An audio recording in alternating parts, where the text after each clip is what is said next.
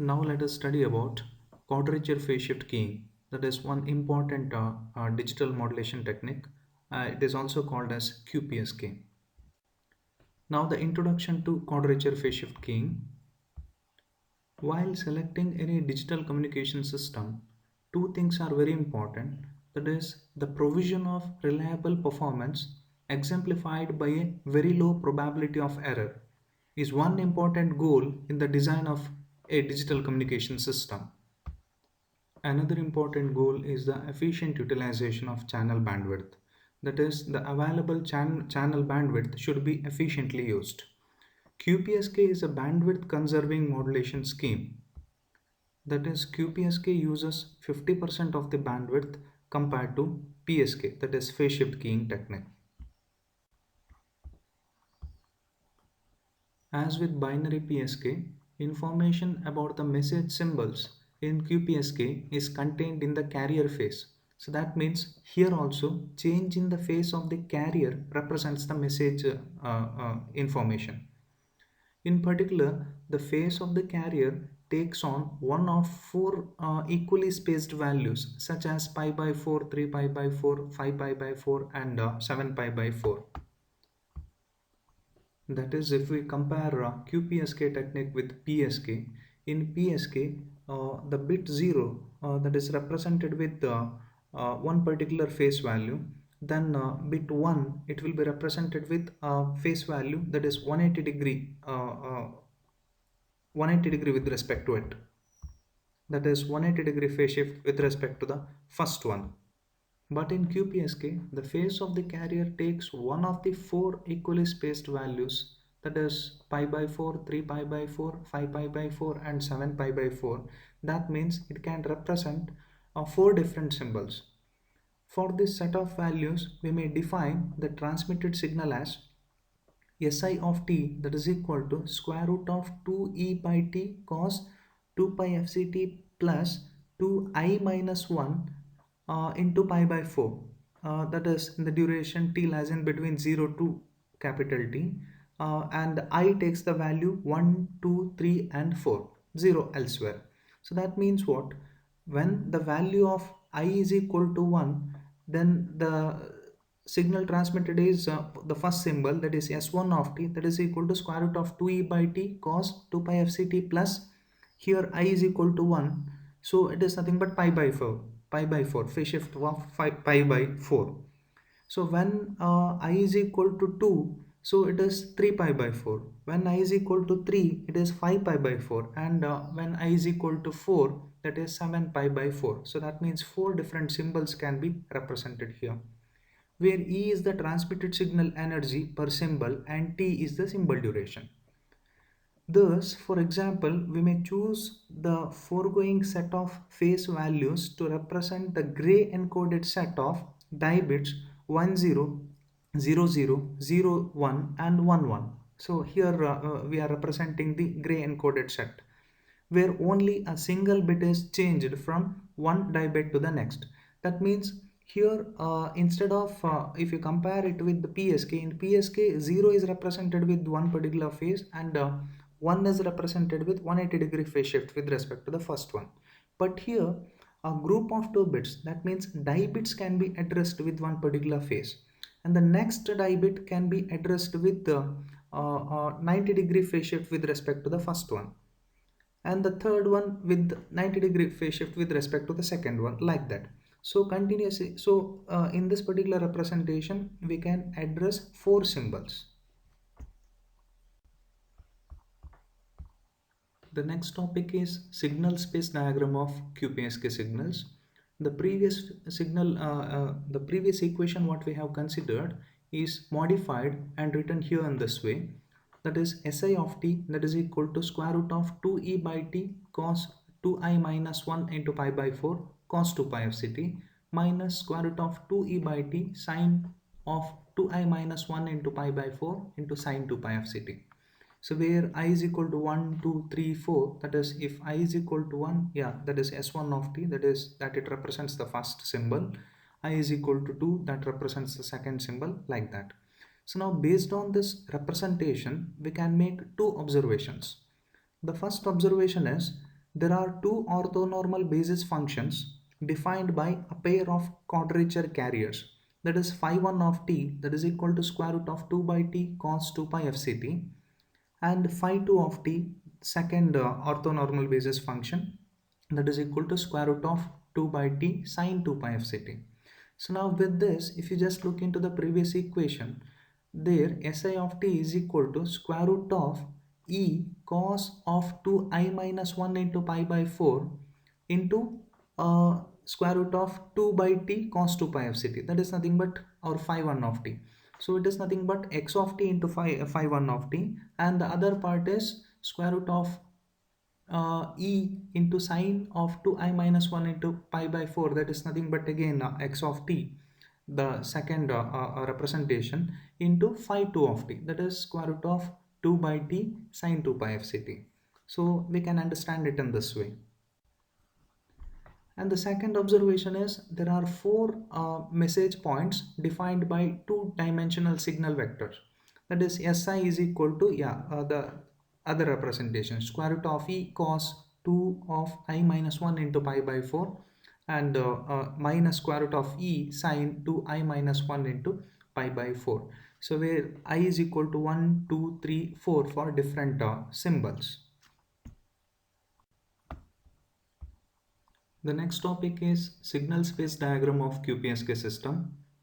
The figure shows the signal space diagram of QPSK system. It mainly includes phi 1 represented in x direction, phi 2 represented in y direction, and four regions as region Z1, Z2, Z3 and Z4, and again main four message points M1, M2, M3 and M4.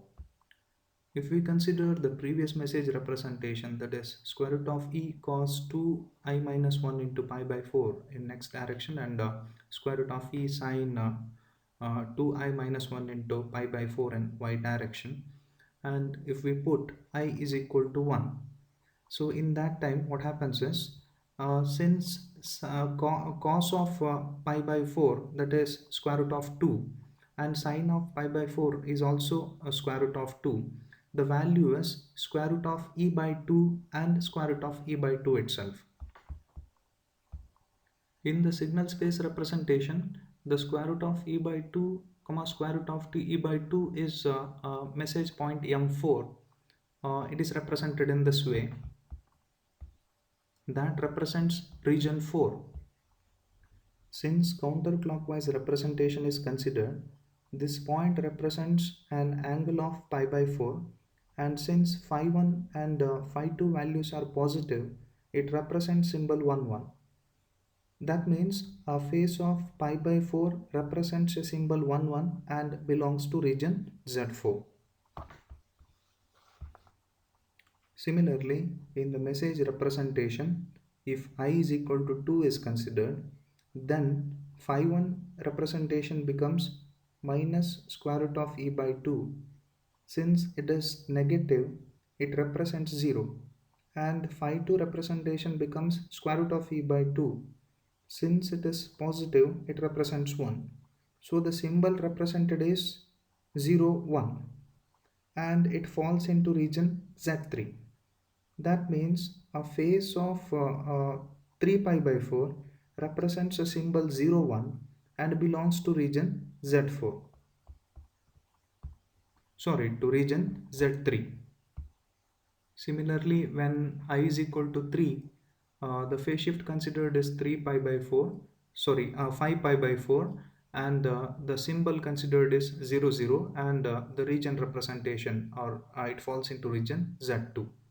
And when I is equal to 4, again the phase shift considered is or represented as 7 pi by 4, and the message symbol represented as 1 0, and the region where exactly it falls is Z1.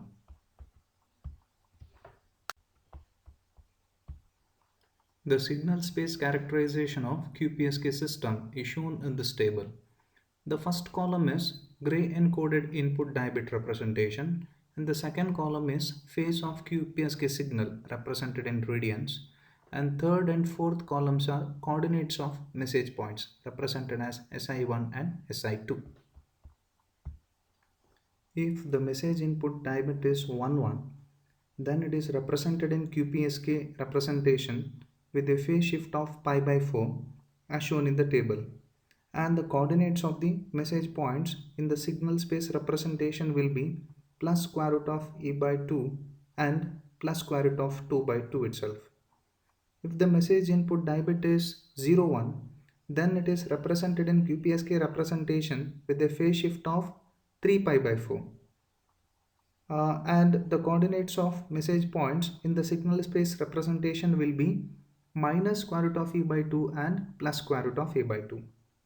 If the message input die bit is 0 0, then it is represented in QPSK representation with a phase shift of 5 pi by 4, and the coordinates of message points in the signal space representation will be minus square root of e by 2 and minus square root of e by 2. And at last, if the message input die bit is 1 0, then it is represented in QPSK representation with a phase shift of 7 pi by 4 as shown in the table, and the coordinates of the message points in the signal space representation will be plus square root of e by 2 and minus square root of e by 2. Now let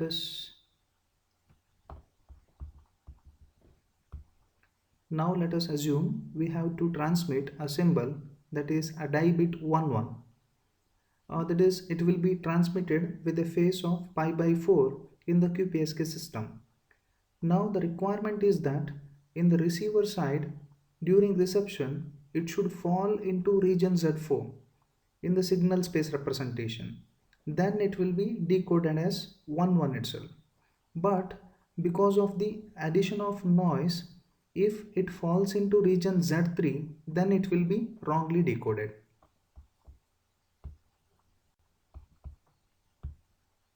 The next topic is QPSK waveforms. The figure illustrates the sequence and waveforms involved in the generation of QPSK signal. The input binary sequence, for example, here considered is 0 1 1 0 1 0 0 0 as shown in this figure. This sequence is divided into two other sequences consisting of odd and even numbered bits of the input sequence. These two sequences are shown in the top lines of the figure, that is B and C.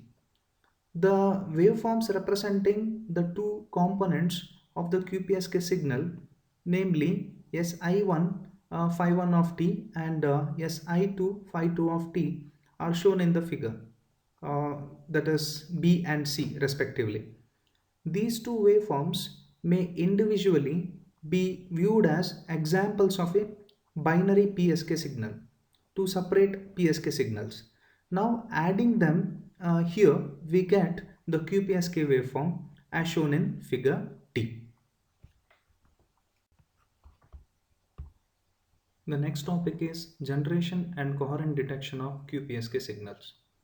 The generation part of QPSK signal is shown in the figure. Expanding on the binary PSK transmitter, we may build on to construct the QPSK transmitter as shown in the figure. That means the QPSK transmitter is nothing but the expansion of the binary PSK transmitter. It includes a binary data sequence, so that means a series of zeros and ones, our data, that is fed into a polar non-return to zero level encoder. So here in polar non-return to zero level encoder, one is a binary 1 is represented as A throughout the duration of the bit, and 0 is represented as minus A, and then that is fed into the demultiplexer. The distinguishing feature of the QPSK transmitter is the block label demultiplexer. The function of the demultiplexer is to divide the binary wave produced by the polar non-return to zero level encoder into two separate binary waves, one of which represents the odd numbered die bits in the incoming binary sequence, and the other represents the even numbered die bits. The odd numbered die bits are multiplied with the basis function phi1 of t, that is square root of 2 by t cos 2 pi f ct, and even numbered die bits are multiplied with the basis function phi2 of t, that is square root of 2 by t sin 2 pi f ct. Later, these two waves are added to get the QPSK signal, that is S of t. Accordingly, we may make the following statement. The QPSK transmitter may be viewed as two binary PSK generators that work in parallel, each at a bit rate equal to 1/2 the bit rate of the original binary sequence at the QPSK transmitter input.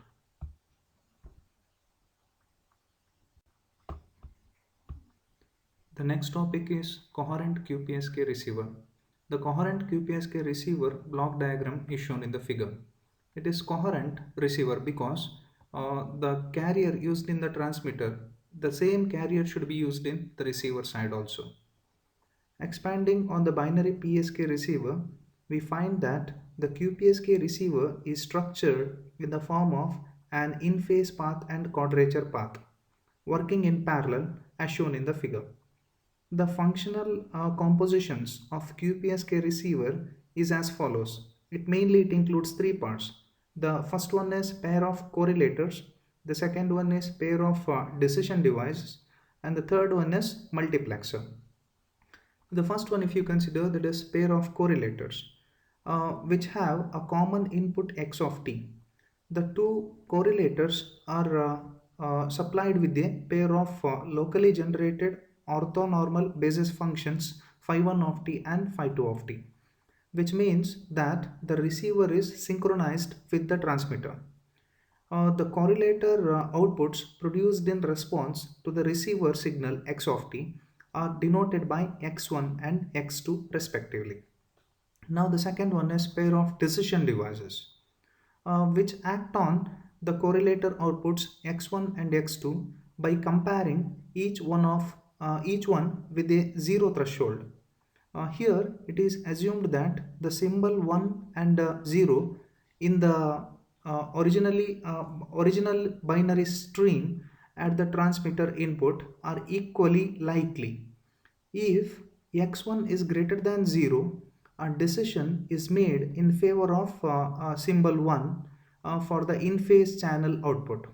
On the other hand, if x1 is less than 0, then a decision is made in favor of symbol 0.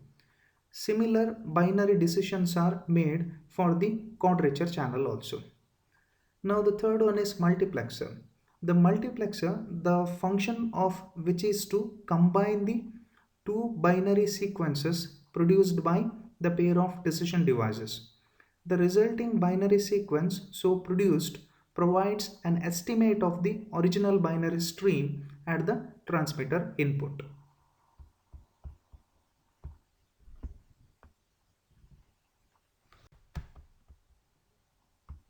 The next topic is probability of error of QPSK system. In a QPSK system operating on an AWGN channel, the received signal x of t is defined by x of t is equal to Si of t plus W of t. So here I may take any value 1, 2, 3 or 4, and W of t is nothing but the noise associated with that. From the QPSK receiver, we see that the two correlator outputs x1 and x2 are respectively defined as follows. The first one, x1, that is equal to integration from 0 to t x of t into phi1 of t dt. So here x of t is nothing but the received signal, that is Si of t plus W of t, and phi1 of t is nothing but the first basis function, and it is represented by square root of 2 by t cos 2 pi f ct.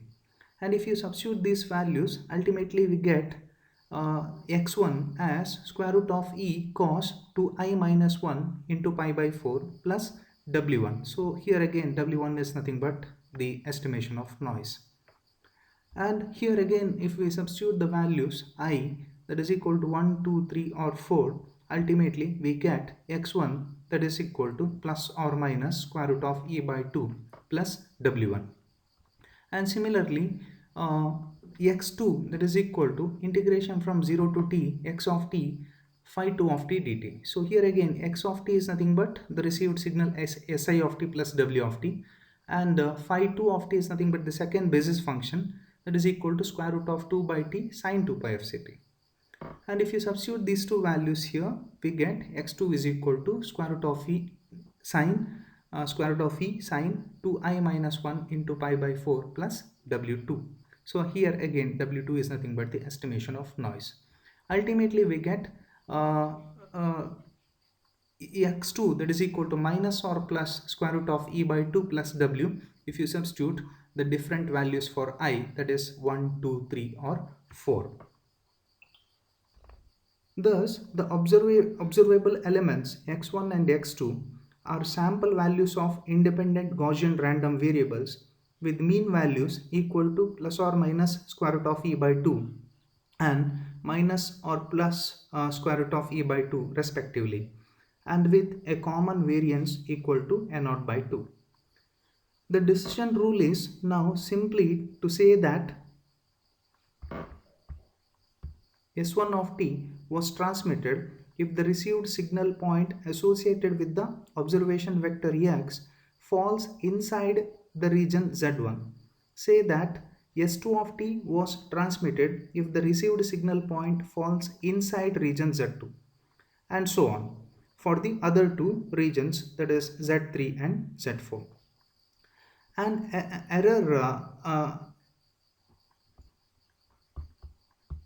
an erroneous decision will be made if, for example, signal S4 of t is transmitted but the noise W of t is such that the received signal point falls outside the region Z4.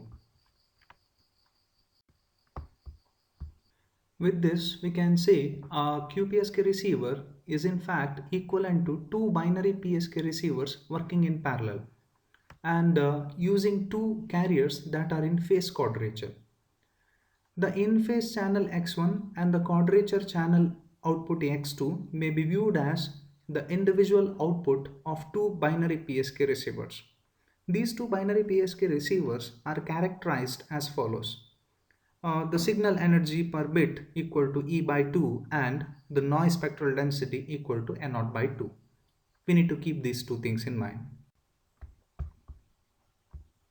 Hence, by considering the average probability of bit error, that is transmitted as one particular bit and in the decision it is received as some other bit of a coherent binary PSK receiver, we may express the average probability of bit error in the in-phase and quadrature parts of the coherent QPSK receiver as P dash, that is equal to Q of square root of E by N naught, where Q is nothing but the Q factor or quality factor.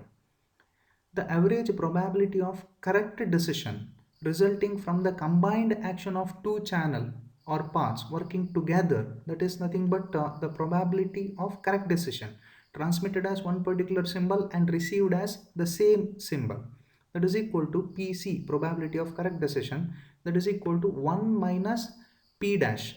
1 minus P dash. P dash is nothing but probability of error. Since we have to consider both the paths here, so it is nothing but 1 minus P dash whole square. So now if you substitute the value for P dash here, that is equal to 1 minus Q of square root of E by N naught whole square. And here let us consider the formula A minus B whole square, that results in 1 minus 2Q into square root of E by N naught plus Q square into square root of E by N naught. Now the average probability of symbol error for QPSK is, that is probability of symbol error is nothing but 1 minus probability of correct decision. So that's why here it is written as PE is equal to 1 minus PC. So that is equal to 2Q into square root of E by N naught minus Q square into square root of E by N naught. Now one more condition. In the region where E by N naught, if it is very greater than 1, so we may ignore the quadratic term on the right hand side of the equation. So the average probability of symbol error for QPSK receiver is approximately probability of error, that is equal to 2q into square root of e by n naught. So the second part we have ignored here.